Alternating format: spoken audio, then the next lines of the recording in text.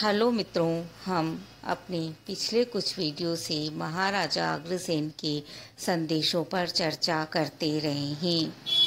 हमने अपने मित्रों के अनुरोध पर महाराजा अग्रसेन के इस वृत्तांत के पूर्व प्रसंग को भी पिछले वीडियो में वर्णित किया है। मित्रों, हम जानते हैं महाराजा अग्रसेन का यह जय वृत्तांत जय भारत के भविष्य पर्व के अंतर्गत वर्णित है, जिसके अनुसार महर्षि जैमिनी जी, जो व्यास जी के 5 प्रधान शिष्यों में अग्रगण्य हैं, द्वारा सर्वयज्ञ सम क्षेत्र में अभिमन्यु पौत्र जन्मेजय जी के अशांत मानस को शांति प्रदान करने, अभ्युदय जागृत करने हेतु यह वृत्तांत सुनाया गया था। मित्रों, हम अपने प्रसंग में आगे बढ़ें उसके पूर्व यदि आपने हमारे लिंक को अभी तक सब्सक्राइब नहीं किया है तो सब्सक्राइब कर बेल आइकन प्रेस कर दीजिए, जिससे हमारे आगामी वीडियो आप तक स्वतः पहुंचते रहें। मित्रों, महाराजा अग्रसेन का जन्म इक्ष्वाकु वंश में प्रतापपुर के महाराज श्री वल्लभ सेन की रानी भगवती के गर्भ से अश्विन मास शुक्ल पक्ष की प्रथमा तिथि रविवार को मध्या काल में विक्रम संवत से 3066 वर्ष 6 माह पूर्व, लगभग 5144 वर्ष पूर्व द्वापर युग में हुआ। कुंडली गणना से शास्त्रों से भी आगे जाने वाले भाग्यशाली के रूप में जानकर इनका नाम रखा गया अग्रसेन। कुशाग्र बुद्धि बालक अग्रसेन महर्षि तांडे से वेद शास्त्रों, संहार विधि सहित संपूर्ण अस्त्र शस्त्रों के रहस्य में ज्ञान में पारंगत हुए। महाभारत के युद्ध में पांडवों की ओर से लड़ते हुए 10वें दिन भीष्म पितामह के बाणों से घायल पिता वल्लभ सेन के वीर गति प्राप्त करने पर कुमार अग्रसेन ने 16 वर्ष की अल्पावस्था में युद्ध में भाग लेते हुए अपने पराक्रम से रणभूमि में भयंकर रूप उपस्थित कर सभी को चमत्कृत किया और अंतिम दिन तक युद्ध किया। प्रतापपुर लौटने पर राज परिवार द्वारा उन्हें पिता का उत्तराधिकारी बनाया गया, जिससे असंतुष्ट चाचा कुंदन सेन एवं उनके पुत्र ब्रजसेन द्वारा अग्रसेन को सोते हुए धोखे से बंदी बना लिया जाता है। परंतु सौम्य ऋषि, जो इनके दादा व्रजसेन के प्रिय मित्र वह सहपाठी थे, उस समय कारागार अमात्य के पद पर थे। उनके प्रयासों से गुप्त सुरंग के रास्ते अग्रसेन बाहर निकाल दिए जाते हैं, जहां से अग्रसेन बालुका वन में महर्षि गर्ग से मार्गदर्शन प्राप्त कर आश्रम की मिट्टी से भगवान विष्णु प्रिया महालक्ष्मी की प्रतिमा निर्मित कर और मंत्रोक्त विधि से उसे स्थापित कर अश्विन मास के शुक्ल पक्ष की दशमी तिथि, जिसे हम विजयदशमी से नाम से जानते हैं, 1100 दिवस तक कठोर तप करते हुए एकाग्र चित्त एक पांव पर खड़े रह लक्ष्मी का हृदय में ध्यान करते हुए अहंकार शून्य मौन व्रत समाधि स्तुति व ध्यान में लीन रहते हैं। तब जगत जननी महालक्ष्मी ने प्रसन्न हो पद्मासना रूप में पीतांबर धारण किए शंख चक्र गदा संयुक्त साक्षात दर्शन देकर इनसे वर मांगने को कहा।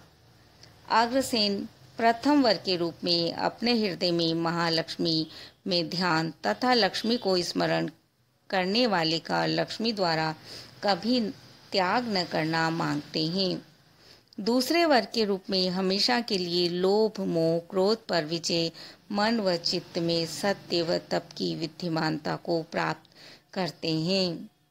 मित्रों, वर प्राप्त कर लौटे अग्रसेन का मार्गदर्शन करते हुए महर्षि गर्ग आश्रम भूमि में दबे धन को प्राप्त कर नवीन राज्य की स्थापना करने का आह्वान करते हैं। उनका राज्याभिषेक भी करते हैं। वस्तुतः यह धन वह धन है जो अग्रसेन के पूर्वज महाराज मरुद द्वारा 100 यज्ञ पूर्ण कर दक्षिणा स्वरूप ब्राह्मणों को दिया गया था, परंतु अत्यधिक होने के कारण ब्राह्मण उसे साथ न ले जा सके, परित्याग कर गए। परित्याग की गई वस्तु पर अब उनका कोई अधिकार नहीं है। अतः 21 वर्ष की अल्प अवस्था में अग्रसेन आश्रम के समीप पश्चिम दिशा में बालू व वन से परिपूर्ण उस भूमि पर एक सुंदर पुरी का निर्माण करते हैं, जो आगरे नाम से प्रसिद्ध हुई। इसे आज हम अग्रोहा नाम से जानते हैं। 12 योजन अर्थात 96 मील लंबी एवं 4 योजन अर्थात 32 मील चौड़ी आयताकार इस पुरी का निर्माण शिल्प शास्त्र के नियमों के आधार पर करवाकर अधिष्ठात्री देवी महालक्ष्मी को आग्रेपुरी के परम आसन पर प्रतिष्ठित किया और राजपुरोहित पर महर्षि गर्ग को प्रतिष्ठित करते हैं। फिर देश देशांतर से चारों वर्णों के श्रेष्ठ लोगों, वेदों के तत्वज्ञ, पूर्ण शास्त्रों में पारंगत, धर्मज्ञ, कर्म कांड में निपुण एवं पवित्र आचरण वाले ब्राह्मण, धन दौलत से संपन्न, रत्न पारखी, गोधन गजधन से युक्त, कुशल व्यवसायी, वैश्य, युद्ध कला में निपुण, धर्म पालक, क्षत्रिय, सेवा को धर्म मानने वाले शूद्र वर्ण व्यक्ति सभी को यथा योग्य स्थान देकर बसाते हैं। मित्रों, पुनः गर्ग के निर्देशानुसार ग्रस्त धर्म पालनार्थ नागलोक में नागराज महीधर की पुरी मणिपुर जाकर महीधर की कन्या राजकुमारी माधवी से विवाह करते हैं। नागलोक के 7 लोक तल, अतल, वितल, सुतल, तलातल, रसातल और पाताल वर्तमान भारतवर्ष के पूर्वांचल स्थित पर्वतीय प्रदेश असम, मेघालय, मणिपुर, त्रिपुरा, मिजोरम, नागालैंड, अरुणाचल प्रदेश हैं। वर्तमान समय में टूरिस्ट इंडिया रोड एटलस में इन 7 प्रदेशों को 7 बहनों के नाम से दर्शाया गया है। महाराज नागराज महीधर इस अवसर पर अपने 7 लोकों में से उत्तम तल लोक अग्रसेन को अर्पित कर अग्रतल नाम से संबोधित करते हैं, जो वर्तमान में पूर्वांचल में त्रिपुरा की राजधानी अगरतला है। माधवी से विवाह होने से देवराज इंद्र कुपित हो आग्रेपुरी में वर्षा बंद कर देते हैं। तब प्रजा की रक्षार्थ अग्रसेन संचित अन्न के भंडार जनता के लिए खोल देते हैं। साथ ही माधवी की सलाह पर भाग्य आश्रित न रह कर्म आश्रित हो पुरुषार्थ को महत्व देते हुए नदियों के जल को सिद्ध कर नहरों का निर्माण कर आग्रेपुरी तक जल लाकर प्यासी धरा को पुनः प्रफुल्लित करते हैं।